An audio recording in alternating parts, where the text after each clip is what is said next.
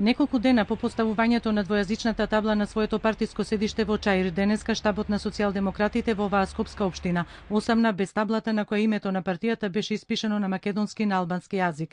По поставувањето на двојазичната табла, аналитичарот Петар Арсовски изјавиот и на овој начин СДСМ е продолжила заложбата за посериозен пристап кон албанските гласачи, но и дека не очекува баш ваквиот начин да помогне во освојувањето на нивните гласови. Каков е неговиот став по денешното отстранување на двојазичниот партиски надпис? Мислам дека реакцијата на јавноста, а и најверојатно внатре во партијата, натерала само да го ревидира тој пристап. И мислам дека тоа во принцип покажува дека сме ние општество кое не е зрело за такви интегративни политики.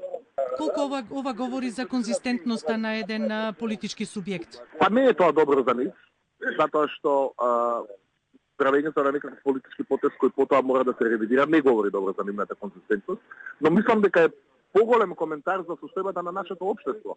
Ако може автобусите на ЈСП да се двојазични, не гледам зошто таблата на СДСМ во Чаир не може да биде двојазична.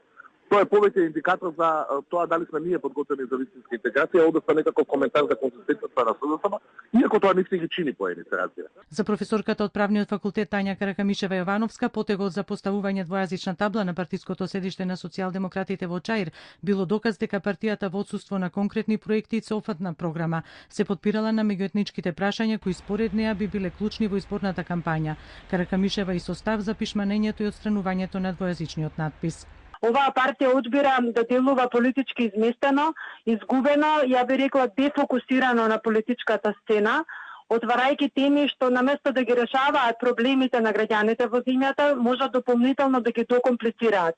На всушност невозможната мисија во која се впушта ЗАЕФ ја потврдија и најрелевантните партии од албанскиот блок во земјата, а резултатот од оваа невозможна мисија ЗАЕФ најверојатно ќе го види на 11 декември оваа година по одржување на вонредните парламентарни избори. Различни реакции во јавноста како за поставувањето, така и за отстранувањето на партискиот надпис на социјалдемократите.